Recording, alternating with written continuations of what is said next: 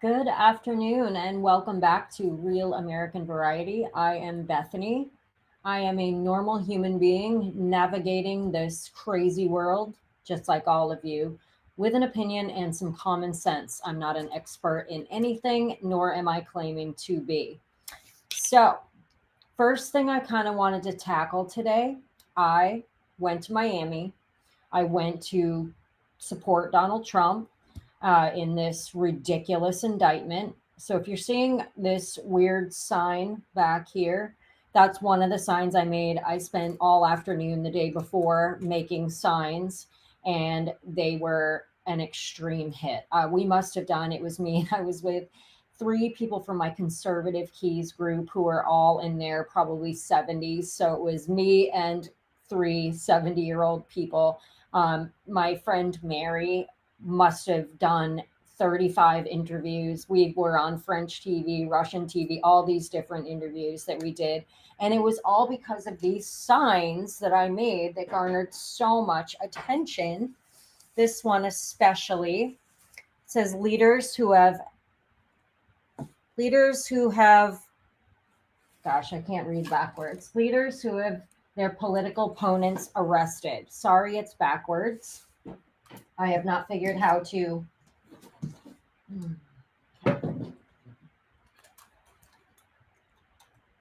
start over.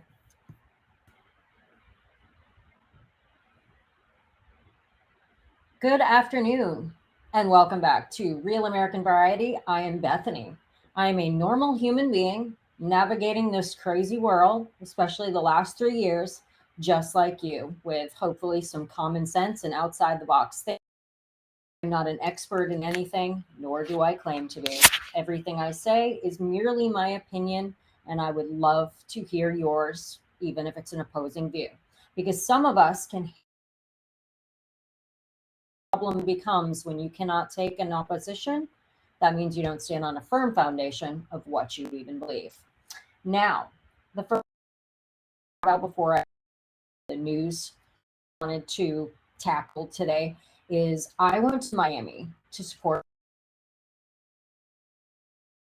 this ridiculous kangaroo court indictment, an assassination by Joe Biden to try to take out another political opponent. So if you're seeing this weird sign in the back with sketchy mustache Jude, because I spent all afternoon making signs before we went, and they were a hit because of this. Me and my three friends that I went with must have done, I don't even know how many interviews because of these signs. It is going to be backwards. I have not figured out how to flip the camera. So I apologize for that. But it says leaders who have their political opponents arrested.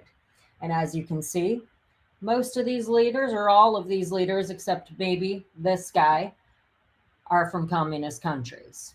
They've done some pretty bad shit. So I'm not trying to compare what Joe Biden has done to the really terrible things they've done, just simply that they have their political opponents arrested to make sure that the outcome of the election is in their favor.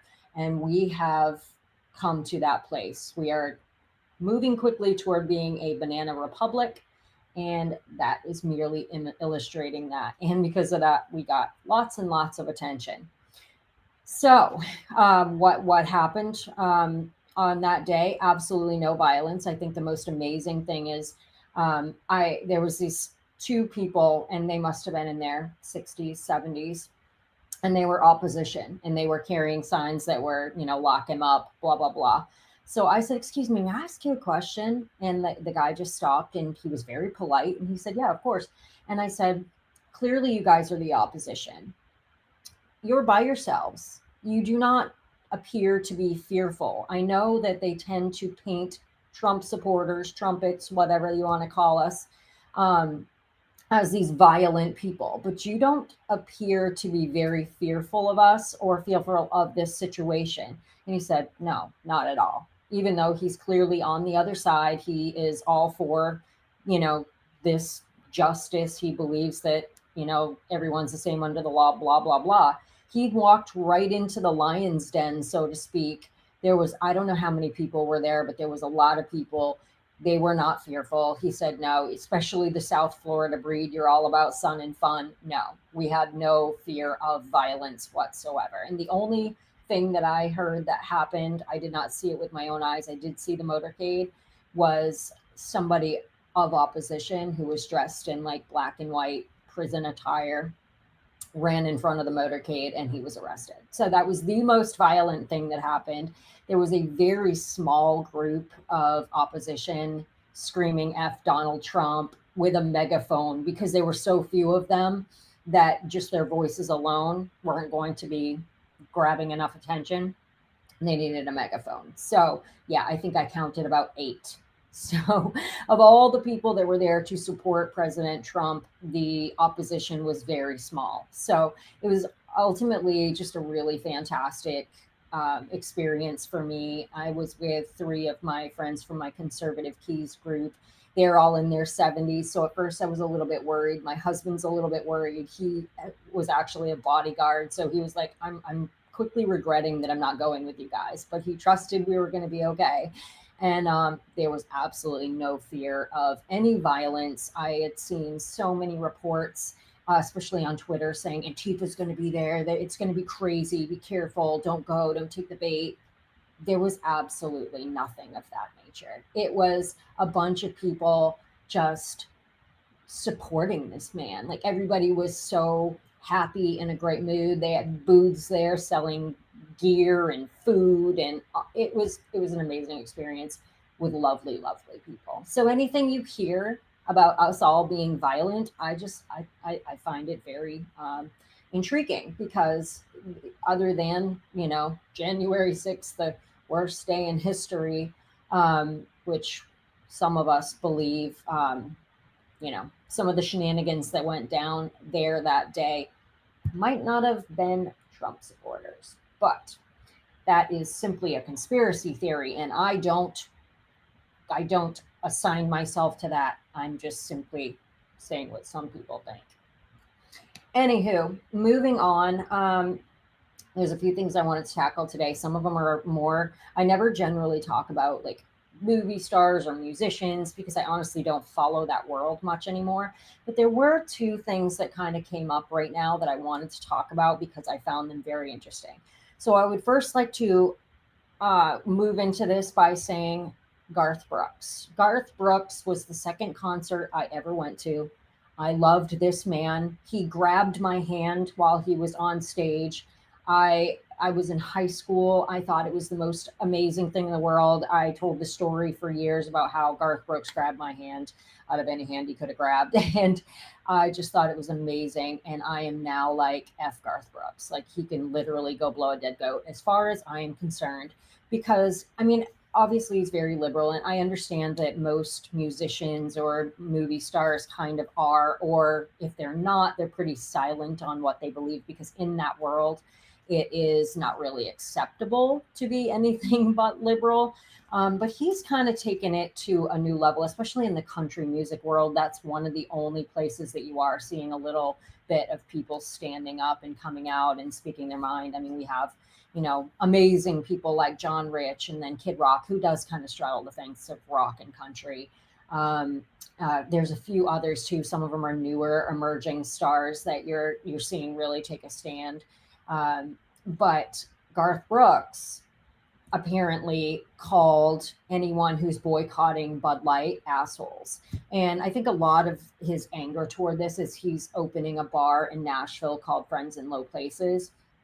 And obviously wants to sell beer, and he's obviously going to carry Bud Light because he's liberal and he refuses to boycott Bud Light. He tried to do this whole I support diversity and inclusion, and I don't choose what beers are there, I allow the crowd to choose what beers are there. Well, evidenced by the fact that most people are like, Bud Light is no longer the most popular beer. So if you're saying you're allowing the butts in seats to choose what you're serving at your bar, but you're choosing to serve Bud Light when Bud Light is no longer the beer anybody wants, then you're taking a stand in the liberal camp. You're saying, I'm going to serve this beer even though I know that it's not doing well in sales, when you're then doing a press conference saying, I'm allowing the people and what they want to dictate what I serve at my bar. Well, that's clearly not true because the people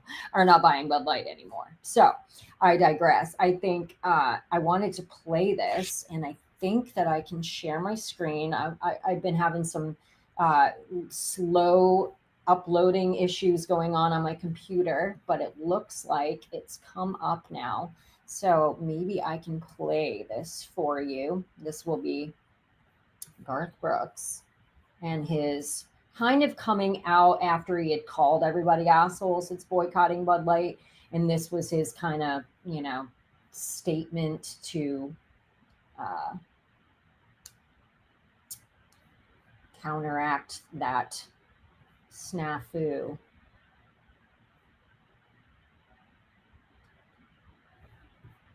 Here we go. Let's see. Bear with me, friends.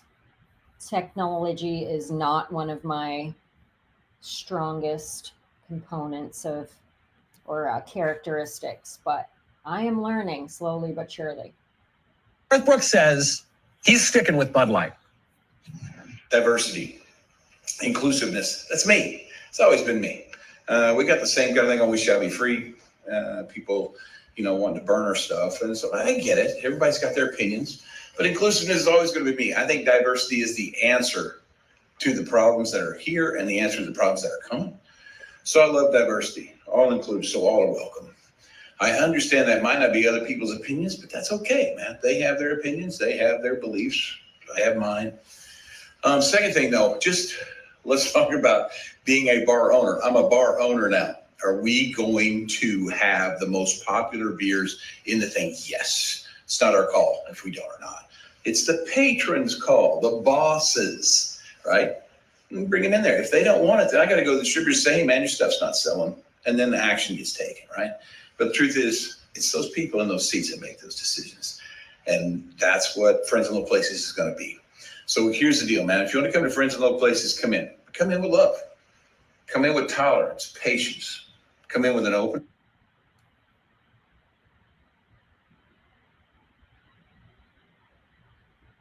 Okay, so that's basically, and it's cool. Sorry. So that's basically what he kind of came out and said after the statement that you can see here, where he basically called anyone who was boycotting Bud Light a-holes.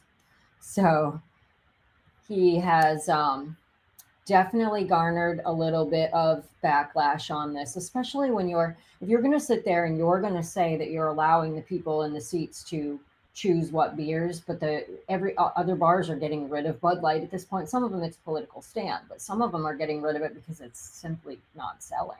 So if you're choosing to promote it and sell it, looked like a political stand to me that you are taking. And I just fear like with everybody looking at what's going on with Bud Light, Target, I think even Kohl's and some other things have taken a hit recently. This doesn't look like the stance to take, but apparently, Garth Brooks, I mean, the guy's, I'm sure I don't know what he does that's new anymore. I haven't heard of new albums. If he's making new albums, I certainly haven't heard them. I don't know what is,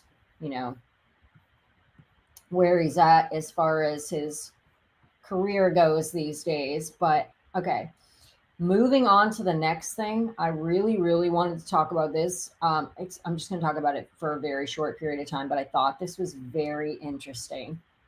And that is Demi Lovato has decided to go back to she, her pronouns. Okay, so I don't understand the pronoun thing. I've never understood the pronoun thing.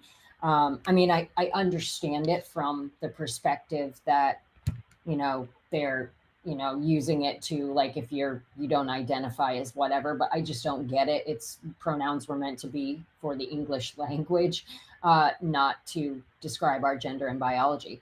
But she says that she got tired of using them basically because she got tired of having to explain why. So it's almost like, is this trend ending? Is that what we're seeing? Are even stars that kind of took on this non-binary role starting to go, okay, I'm seeing this trend taking a turn. It's not going the way we all thought it was going to. We didn't realize people were going to take a stand. And now even movie stars are starting to say, or music stars are starting to say, okay, we're going to kind of put this to rest. And maybe this is that first step toward that. Because if you're simply basically stating that you don't want to use these pronouns anymore because you constantly have to educate people and explain why you identify with them, and it was simply exhausting. So it didn't really truly mean that much to you if just being exhausted by explaining it to people caused you to stop doing it. I don't know.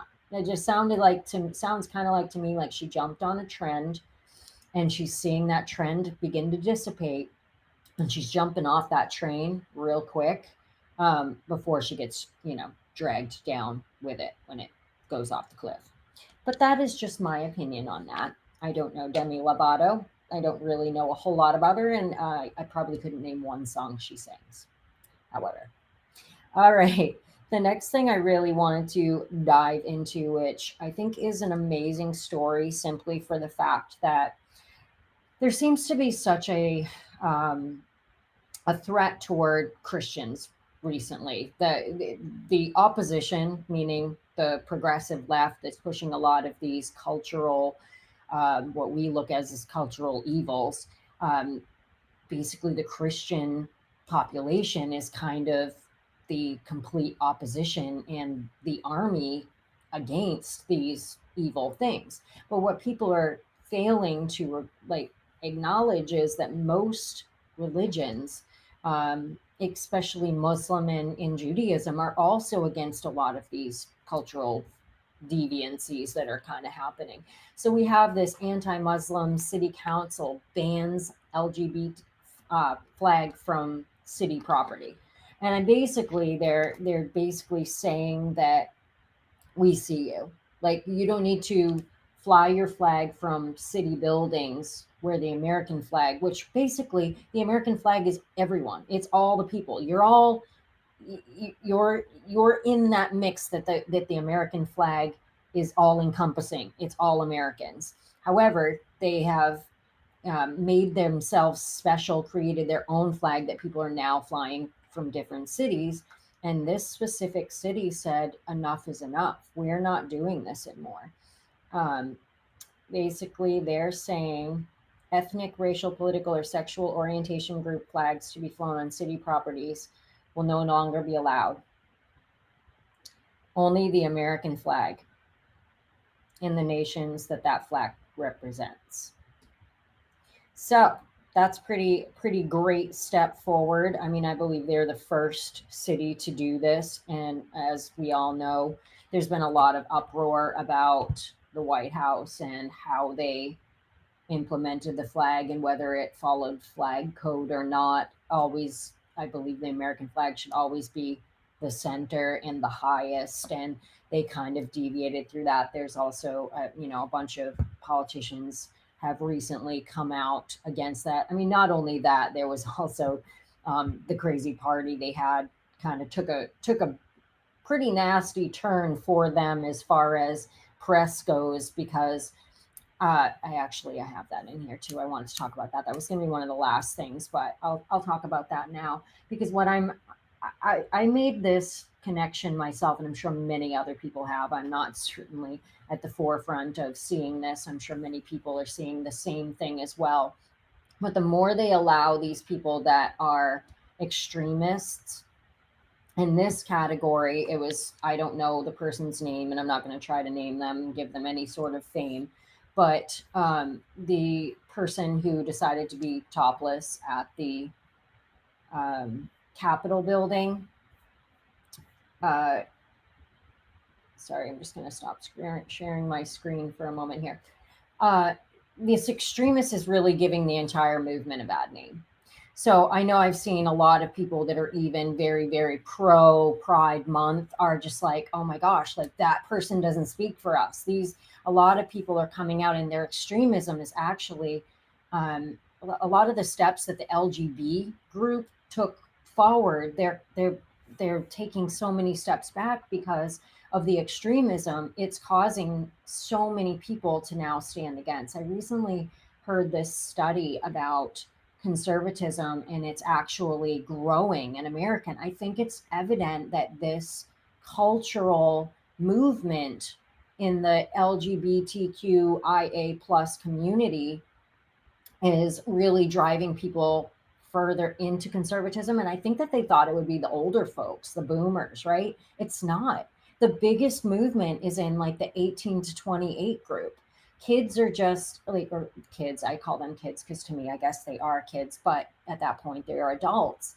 But they're adults that are saying, we don't like that what this is doing to our country, and that they are the future of America. They're the future that will be running our country, and conservatism in their age group is growing astronomically. And I just think that that gives me so much hope for the future, because it seems that generally when you're younger, and I know this was in my case for certain, I didn't even become, I mean, I didn't even know what I identified as even 10 years ago because I just didn't care about politics. It really took 2020 and everything that happened in 2020 to make me even feel this passion, enough passion that now I speak on it and have podcasts and make videos and shorts that are political. I mean, if you told me even 5 years ago that I would care about politics, I would have said you were crazy.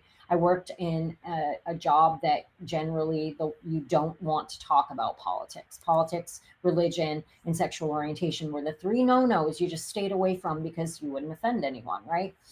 And now here we are in 2023, and I speak on it regularly.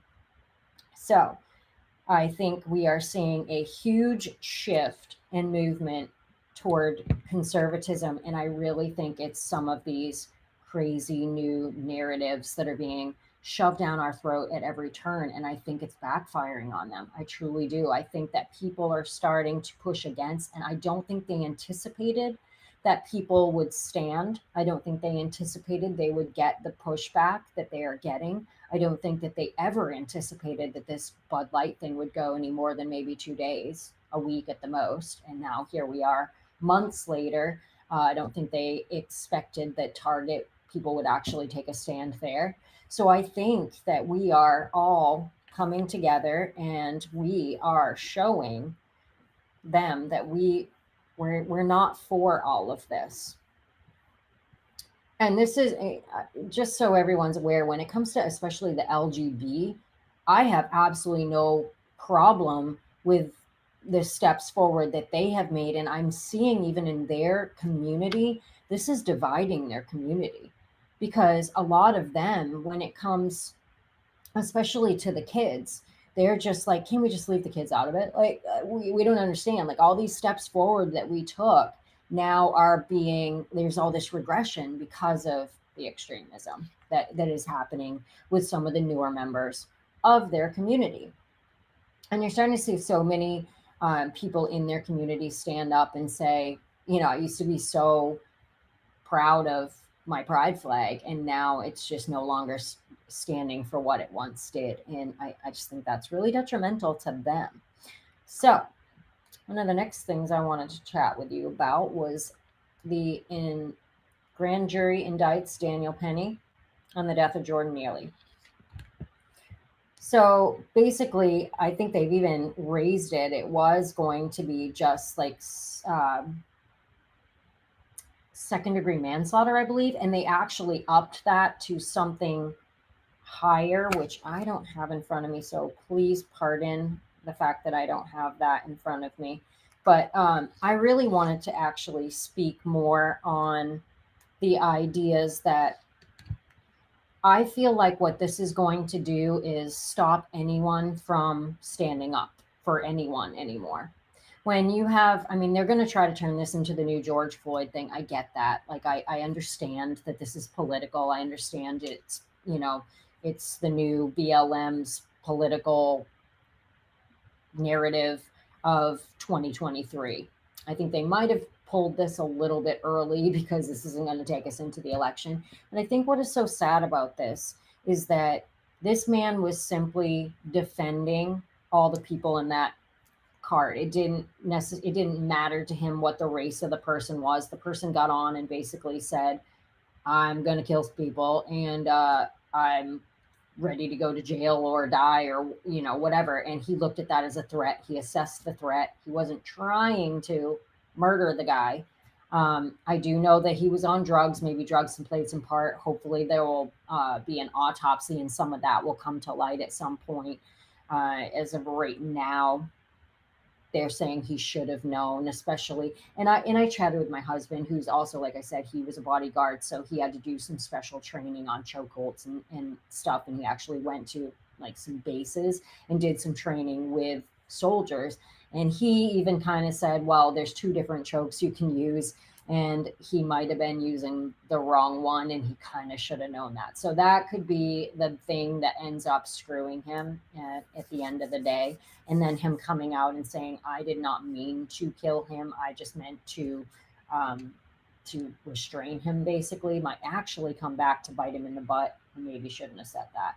Maybe not criminally, but civilly, they might win on that alone. And that's the second count that they're trying to hold against him. That's what it is. Oh, criminal negligence, excuse me. That's what it is. So they're basically saying, okay, you didn't know, but you should have known. So even though there wasn't any intent there, the fact that he was negligent in not knowing that what he was doing could actually cause death is quite possibly what's going to come back and bite him in the butt. We shall see. But I just think that for society, it's just very, very sad, because you have very few people that want to step in and against the violence. If someone is violent on a subway, a lot of people just turn their head. They don't want to get involved. And then you have these few people that dare to do it, and it turns into something like this. So this is going to tell anyone in the future, don't step in. Don't try to stand up for anybody, because you might actually go to jail for it. Prison for the Lord only knows how many years. I don't know what the amount of years they're trying to attach to this indictment, but I just find it very, very sad. And the last thing I really, really wanted to talk about has not really a lot to do with news, but I just recently watched Guy Ritchie's The Covenant. And if you have not watched it, you have to watch this movie, especially if you're somebody who loves and cares about America and our patriotism. It doesn't necessarily talk specifically about the botched attempt of leaving Afghanistan. It's really just the story of a soldier and his interpreter prior to all of that happening.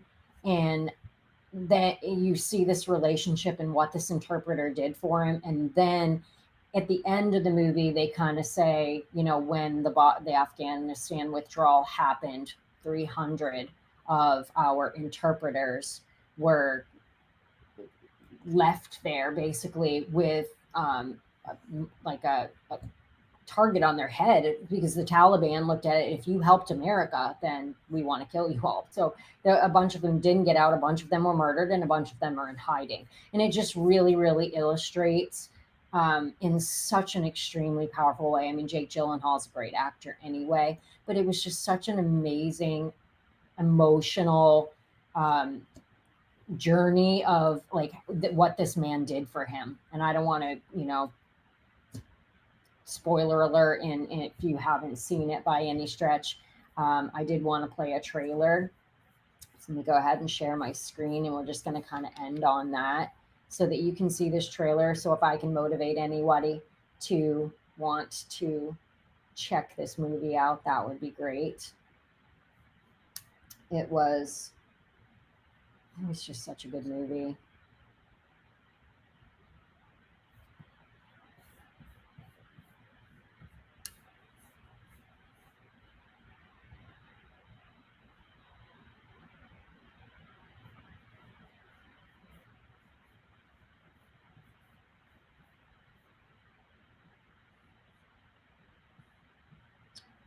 Well, maybe it's not going to play. Okay, Well, given my technological difficulties that I often talk about, I may try to actually edit this out of the video. But if you're watching this on Spotify, then I apologize. You're just going to see my mistake here. But if you haven't seen this movie, please go check it out. Watch trailer. It will move you. It's amazing. It really will. I think when you look back at what happened in Afghanistan, this is going to light a new fire under you for how horrible that was. And like everybody, you kind of think of like the Benghazi thing for Hillary Clinton. That was probably one of the reasons she did not win that election. And that the Benghazi movie that came out was kind of the movie that depicted the horrible nature of that entire thing. This is that movie. So definitely go check it out. Amazing performance by Jake Gyllenhaal. I don't know who the other guy is. Like I said, I'm not really up on all the actors these days that played Ahmed, the interpreter. Amazing, just an amazing movie, and I highly recommend it.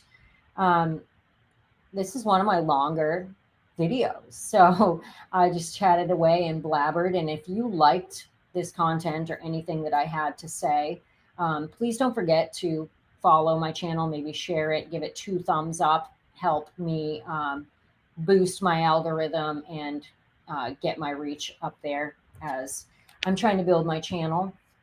So anyone that you think would be interested in checking this video out, please share with a friend. I would greatly appreciate it.